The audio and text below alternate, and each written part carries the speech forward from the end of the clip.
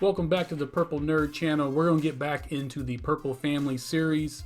Today we're going to talk about Mayte's debut album. Mayte Garcia was an accomplished belly dancer by the age of 7 and had a very comfortable career as a dancer prior to joining Prince's band, the MPG, at the age of 18. He was introduced to her through her mother at one of his shows. Mayte was his muse during the recording of the Love Symbol album, and her influence of her love of Arabic music is heard throughout this entire project. The two would start dating about a year later, officially becoming a couple. It was around this time that Prince started compiling tracks that would become part of Mayte's debut album. The album was written and produced by Prince with a ton of help and assistance from the MPG band. The album was originally to be titled Latino Barbie Doll and have most of the songs actually in Spanish.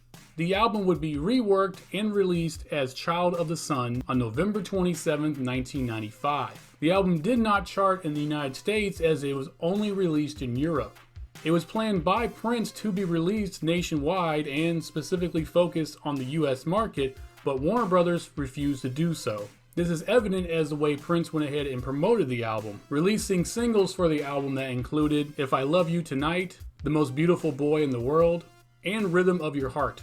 Of course, just like the album, all these singles were only released in Europe.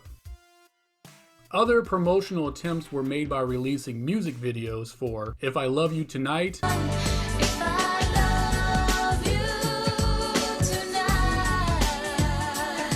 and The Rhythm of Your Heart.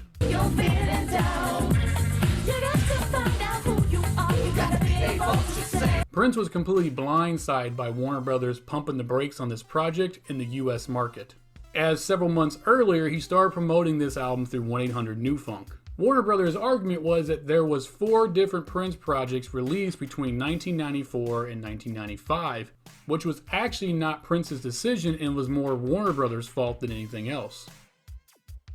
I've been super excited to do a deep dive and explore this album as it's actually a first time listen for me, which is awesome that after all the music that Prince has released, I still get to come across things I've never heard before. So as my first time listening to this album, one of the big things that I've noticed, well, there's actually 2, but one of the big things is that this album sounds like it's almost like a catalyst for emancipation, as there are several songs that share elements to the release Emancipation, which as we go into the tracks, I will explain that further. The other thing is, although Mayte has a very lovely and very soft speaking voice, it leads to a not very strong singing voice. So throughout this album, they make up for that by doing multiple layers of her vocals and other people's vocals blended in, as well as adding a few audio effects to her vocals. So let's dive into the music of this project with the first track, which is confusingly called Children of the Sun, even though the album is called Child of the Sun.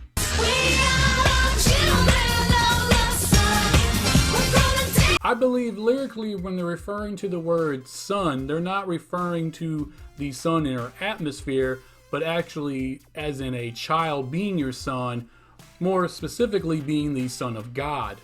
When it comes to its tie-in to the album Emancipation, this song shares similarities with the song from that album, We Gets Up.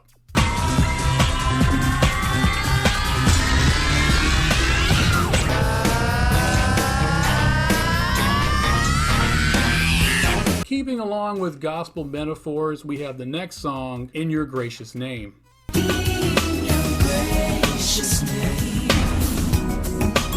If I Love You Tonight dates all the way back to 1979, as it was part of the Rebels project that was abandoned, with Gail Chapman doing the original lead vocals.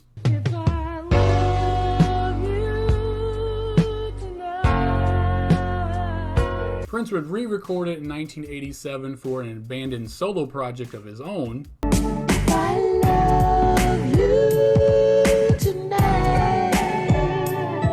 Only to rework it again in 1990 and have it on Mika Paris's album Contribution. I love you tonight. This song is the highlight of the entire album, and I find it to be just an absolutely amazing song that just gets stuck in your head and you can't get it out. If I love you tonight.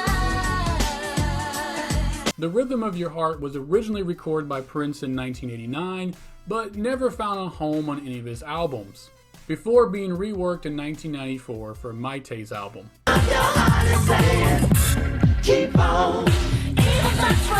Next we go to Ain't No Place Like You,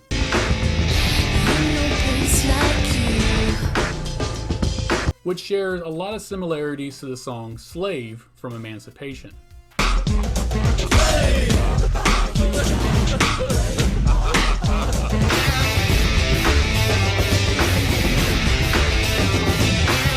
House of Brick is a remake of the song Brick House by the Commodores.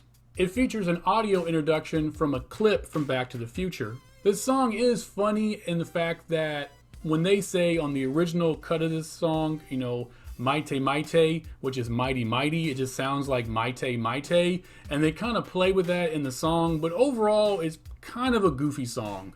Hell yes. Love's No Fun was originally recorded by Elisa Fierro in 1989 for her album I Am. Love's no fun when the one you love. He would rework this song in 1993 for Mayte. Love's no fun when the one. Baby Don't Care was originally recorded in 1992 for actress Holly Robinson and was originally called Holly Don't Care. Prince would rework this song in 1993 for Mayte.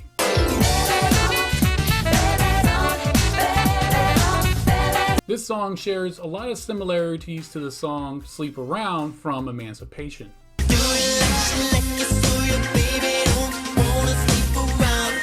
However Much You Want was the first song Prince ever recorded with Mayte. This dates all the way back to 1991.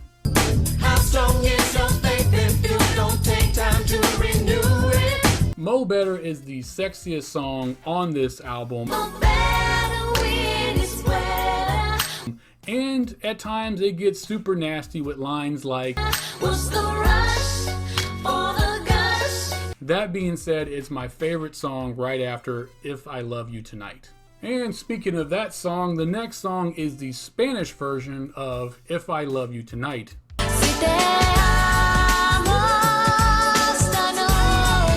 which I find its placement on this album to be odd, as it's kind of like a remix, and typically remixes come at the very end of the album, or maybe this song should have been left off and included as the B-side to the single of If I Love You Tonight, the English version. Would you be the most beautiful boy in the world? We close out with The Most Beautiful Boy in the World. And I have to say, if The Most Beautiful Girl in the World, Prince's version of this song, did not exist, Could you be the most beautiful girl in the world? this would be a cute little fun song. But being that his version exists and this comes in second, it comes off kind of a corny song.